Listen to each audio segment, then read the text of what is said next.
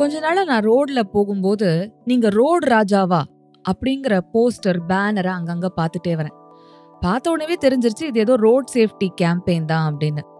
ஆனா எவ்வளவுதான் road safety campaign பத்தி பேசினாலும் இளங்கன்று பயம் அறியாதுன்ற ஒரு பழமொழி ஞாபகம் வருது. காலேஜ் படிக்கிற பசங்களுக்கு பைக்கு தான் எல்லாமே. பைக்கு தான் கேர்ள் ஃப்ரெண்டு ஃபர்ஸ்ட். அந்த பைக்ல வேகமா போகணும், விண்ட் ஆன் மை ஃபேஸ் மச்சான் அப்படிங்கிறது ஒரு காமனான ஒரு விஷயம். அப்படி காலேஜ் படிக்கிற ஒரு குரூப் ஆஃப் ஃப்ரெண்ட்ஸ் ஈசிஆர்ல பைக் எடுத்துட்டு ரவுண்டு போறாங்க. என்ன நடந்துச்சுன்னு கேளுங்க. காலேஜ்ல 3rd இயர் பண்ணிட்டு இருந்தேன். ஹாஸ்டல்ல தங்கி படிச்சிட்டு இருந்தேன். அக்டோபர் பூஜா ஹாலிடேஸ்க்கு அப்புறம் எக்ஸாம் ஸ்டார்ட் ஆகிற டைம். என்னோட ரூம்மேட்ஸ் எல்லாருமே காலேஜ் ஸ்டார்ட் ஆகிற அன்னைக்கு மார்னிங் தான் வருவாங்க. நான் மட்டும் முந்தின நாளே போயிடுவேன். காலையிலே நான் அதே மாதிரி வந்து சேர்ந்துட்டேன். அடுத்த நாள் எக்ஸாம் ஸ்டார்ட் ஆகுது. ஆனா ஓகே, எக்ஸாமும் நான் ஓரளவுக்கு ப்ரிப்பேர் பண்ணதுனால போர் அடிச்சிட்டு இருந்ததுனால சரி காலேஜ் ஃப்ரெண்ட்ஸ், பக்கத்து டிபார்ட்மெண்ட், வேற எல்லாரும் அந்த மாதிரி சேர்ந்து வெளியே அவுட்டிங் போலாம் அப்படிங்கிற மாதிரி டிசைட் பண்ணி நாங்க இந்த மகாபலிபுரம் அந்த OMR சைடு பைக்ல கார்ல அந்த மாதிரி போனோம். ஒரு 4 பைக்கு காரு நல்லா ஜாலியா பீச்ல எல்லாம் இருந்துட்டு ரிட்டர்ன் வந்துட்டு இருந்தோம். இதுல வேற ரேஸ் வேற. சரி நீ ஃபர்ஸ்ட் போறியா நான் ஃபர்ஸ்ட் போறேனா அந்த மாதிரி ரேசிங் எல்லாம் கூட நடந்தது. அந்த டைம்ல நானும் ஒரு பைக்ல தான் இருந்தேன். நைட் ஆயிடுச்சு. லைட் எல்லாம் இருக்கும்போது ஏதோ ஒரு லைட் கட் பண்ற மாதிரி ஒரு ஃபிளிக்கர் ஆற மாதிரி மட்டும் தெரிஞ்சிச்சு. பார்த்தா ஒரு மாடு வந்துடுச்சு. நாங்க ஸ்ட்ரைட்டா ஒரு 2-3 பைக் அந்த இதுல போய் டேஷ் ஆகி அப்படியே விழுறோம்.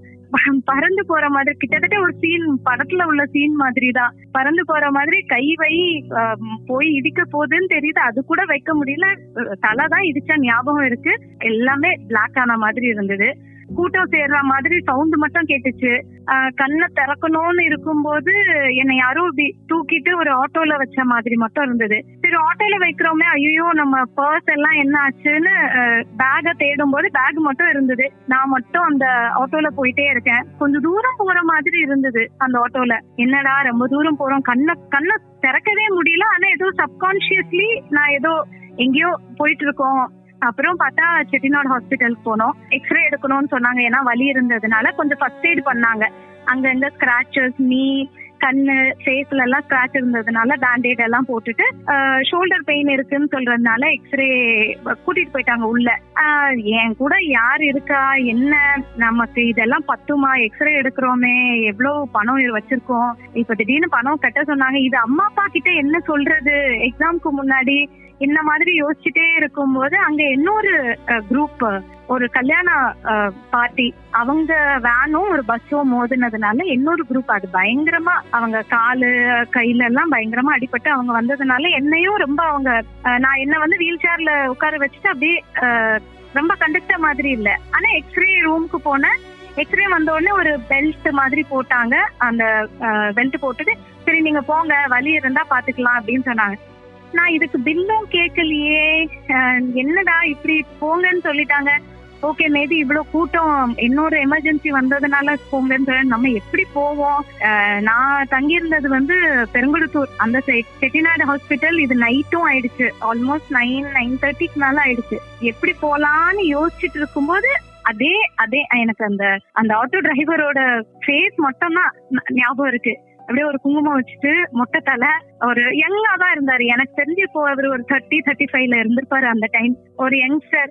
என்னம்மா போலாமா வரியா அப்படின்னு மட்டும் கேட்டாரு. அவர் சிரிக்கும் போது எனக்கு அப்படி ஒரு நிம்மதி.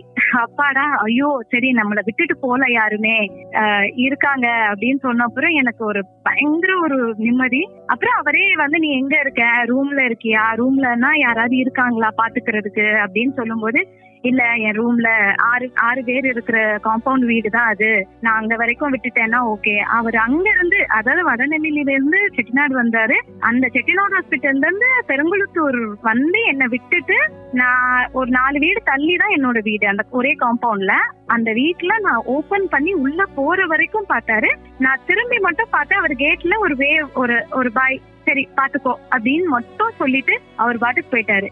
என்னோட பர்ஸ்ல இருந்த பணம் எல்லாமே என்கிட்ட அப்படியே இருந்தது. எல்லா பில்லுமே அவர் தான் கட்டியிருக்காரு. என்கிட்ட இருந்து வேற எதுவுமே எதிர்பார்க்கவும் இல்லை. என் பேரும் அவருக்கு தெரியாது, அவர் பேரும் எனக்கு தெரியாது. பட் எனக்கு இப்பவும் மறக்க முடியாத ஒரு ஏஞ்சல். ஆக்சுவலி அந்த நிகழ்ச்சிக்கு அப்புறம் தான் வந்து லைஃப்ல நம்மளும் சின்ன சின்ன இது எதிர்பார்க்காம நம்ம பண்ணலாம். அப்படி பண்ணும்போது அது அடுத்தவங்க லைஃப்ல எவ்வளவு பெரிய மாற்றத்தையோ இல்ல எஃபெக்ட் இருக்குங்கிறது இது பண்ணி நான் இன்னமும் இத்தனை வருஷமா அவரை வந்து யோசிச்சு சின்ன சின்ன விஷயங்கள் என்னால முடிஞ்ச வரைக்கும் யாராவது வந்து கேட்டாங்கன்னா அவங்கள டவுட்ஃபுல்லா தான் பார்க்கணும்னு அவசியம் இல்லை, அவங்களுக்கும் நம்ம செய்யலாம் அப்படிங்கிறது. கைண்ட் ஹார்ட்டட் பீப்புள் இன்னும் இருக்காங்க அப்படிங்கிறது ஒரு ஒரு ரே ஆஃப் ஹோப்ங்கிறது எனக்கு இன்னும் இருக்கு. தான் ஆட்டோல சவாரிக்கு வரல, தன்னால அந்த ஆக்சிடென்ட் நடக்கல. ஆனாலும் அந்த பொண்ணை ஹாஸ்பிட்டல் கூட்டிட்டு போய் அவளோட ஸ்கேனுக்கு தேவையான பணத்தை செலுத்தினதோட நிறுத்திக்காம அவளை பத்திரமா வீட்டுக்கு கொண்டு போய் விட்டுட்டு பணத்தை பத்தி ஒரு வார்த்தையோ ஏன் அதை பத்தி ஒரு நினைப்போ கூட இல்லாத அந்த உள்ளத்தில் நல்ல உள்ளம். கைமாறு வேண்டா கடப்பாடு மாறி மாட்டு என் ஆற்றும் கொல்லோ உலகு. குறள் 211. உங்க வாழ்க்கையில இந்த மாதிரி ஏதாவது ஒரு சம்பவம் நடந்திருந்தா, அது உங்களுக்கு இப்ப ஞாபகம் இருந்தா எங்க கூட கண்டிப்பா ஷேர் பண்ணிக்கோங்க. ஷேர் பண்ணிக்க வேண்டிய இமெயில் teamkadaiyosai@gmail.com இல்ல வாட்ஸ்அப் மூலமா ஒரு வாய்ஸ் நோட் அனுப்புங்க. டீம் கதையோசை உங்களோட தொடர்பு கொள்வாங்க. தொடர்பு கொள்ள வேண்டிய எண் 9176583618. இன்னொரு நல்ல நினைவோட அடுத்த வாரம் சந்திக்கலாம். இது உள்ளத்தில் நல்ல உள்ளம் with Deepika Arun. Podcast content team Dharanya, Bhavya and Srinitya. Sound design, mixing and mastering by Baba Prasad. Assisted by Surya Prakash.